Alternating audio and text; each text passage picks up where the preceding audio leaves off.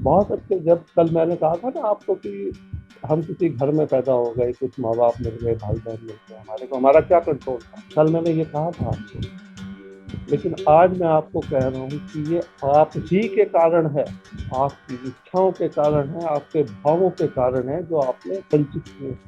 Control कह सकते हो आप इसको, कि आपने जाने अनजाने कंट्रोल कर दिया। आपका पूरा एजेंडा जो सेट होता है इस लाइफ का, वो जन्म से शुरू हो जाता है। आपने ये लाइफ कैसे गुजारनी है, ये जन्म से शुरू हो जाता है। और आप उसी वातावरण में, उसी घर में ऐसे ही माँ बाप हमें मिलते हैं, और फिर वो हम इस लाइफ को एक्सपीरियंस करते हैं।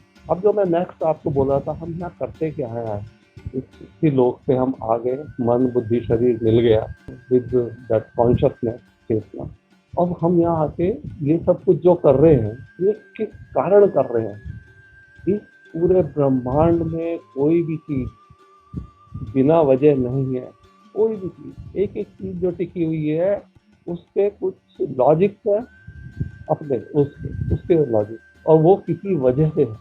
आपने देखा होगा पृथ्वी, चंद्रमा और दूसरे प्लैनेट, ये सब हवा में झूल रहे हैं, है ना, कोई बेस तो नहीं है इनका ना। लेकिन इनके होने ना होने के सबके रीजन हैं। There is nothing without reason. तो हमारे होने का भी कोई रीजन होगा, हम जो सोचते हैं उसका भी कुछ रीजन होगा, हम जो करते हैं या नहीं करते हैं उसका भी कोई रीजन होगा, कुछ होता है या नहीं होता है लाइफ में उसका भी रीजन होगा। अब इस पूरे सिस्टम को आप अगर समझेंगे, जो क्रिएटर है उसको मैं ब्रह्म बोलता हूँ, आप कुछ भी नाम दो, हम सभी उस ब्रह्म को रिप्रेजेंट कर रहे हैं। हम उसका अंश है, हर चीज यहाँ उसी का अंश, और हम भी हैं। बट हम स्पेशल क्यों, हमारे पास मन और बुद्धि है, चेतना सब में है, वृक्ष में भी है, पशुओं में भी है, और बहुत से कीड़े मकोड़े हैं, मछली है, सब में है। लेकिन हम स्पेशल है। तो ये जो हमारा अंदर जो सिस्टम मन और बुद्धि का बनाया, और साथ में माया एक शक्ति है जिसको अटैच किया। बुद्धि जो है वो माया से पूरी तरीके से ढकी है, हमारे पुराने संचित कर्मों के साथ, और वो हमें हैंडल करती है, हमारी बुद्धि। आपने कुछ काम किया, कुछ सुख दुख लिए, कुछ आनंद लिया, तो आनंद जो है वो टिकता नहीं। कोई एक शक्ति है जो कि जिसे कि आनंद चाहिए, आप ऐसे समझो। जैसे घर में कोई बड़ा है, उसको वो 5-7 लड़के हैं जो कमा के लाते हैं घर में, और वो सबसे कहता है सब सारे कमाओ और पैसा मेरे पास जमा करा देगा।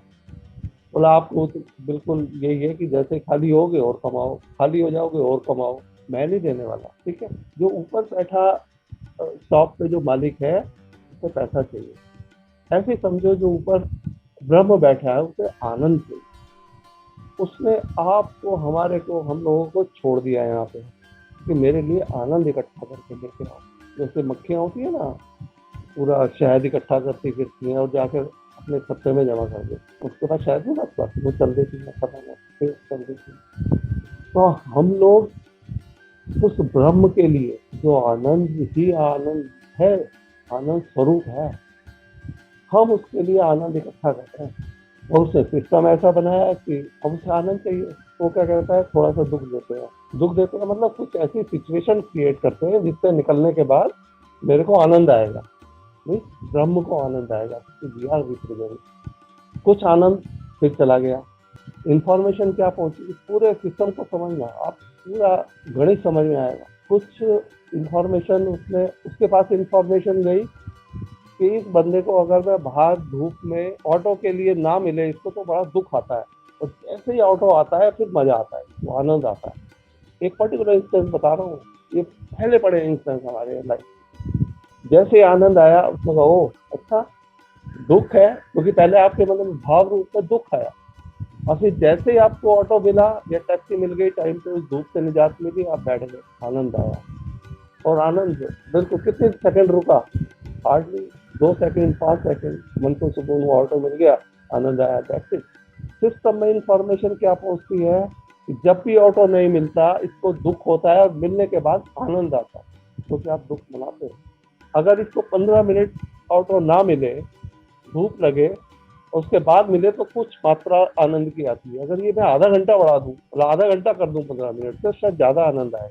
उसने आपको ऑटो के लिए 30 मिनट की वेटिंग करा दी, या और भी कोई भी पड़ोसी से लड़ाई हो रही है, बड़ा दुख होता है, फिर आनंद आता है जीत के। लेकिन इंफॉर्मेशन क्या है, पड़ोसी से लड़ाई करने के बाद जो दुख आता है, उसके बाद आनंद आता है। बस आपके जीवन में पैटर्न बन गया, जहाँ भी रहोगे पड़ोसी से लड़ाई, जहाँ रहोगे वहीं पड़ोसी से लड़ाई। क्यों? क्योंकि आपने दुख मनाया जबरदस्त। उसके बाद आनंद तो आता ही है, थोड़ा बहुत मजा आता है। जब आप निकलते हो बीमारियों से, ऐसे बीमारियों से निकलते ही आनंद, बड़ा 4 जगह बताओगे फोन करके, हाँ बड़ा अच्छा हॉस्पिटल, ये वो, बस मैं बिल्कुल ठीक हूँ। बीमारियों से मजा आता है, इंफॉर्मेशन की, बस लग गई बीमारी आपको। ये इस तरीके का सिस्टम है, आप इसको चेक कर सकते हो। आप इसको चेक कर सकते हो लाइफ में। आप अपने देखना लाइफ में आपको ऐसे बहुत से पैटर्न मिलेंगे जहाँ पे कि आपको कोई ना कोई परेशानी होती ही होती है। और जैसे ही आप वो दुख मनाना बंद करते हो, जैसे मैंने कल कहा था, उस सिस्टम को फेल कर दो, दुखी ना होके एक बार 2 बार दुख आना बंद हो जाएगा। वो इंस्टेंस आने बंद हो जाएंगे। दुख कैसे आता है? तो आता है बैठे बिठाए, कोई बनता है ना साधन, कोई कारण बनता है ना हमारे आसपास, कोई परिवार का। तो आप एक बार सिस्टम को इस तरीके से, इस सिस्टम को देखो पूरी, और ये मान लो कि जब मैं एक बार दुखी होऊंगा, परेशान होऊंगा, वो चक्र शुरू हो जाएगा उसी एक पर्टिकुलर इंस्टेंस से, पर्टिकुलर आदमी से, पर्टिकुलर एक्टिविटी से।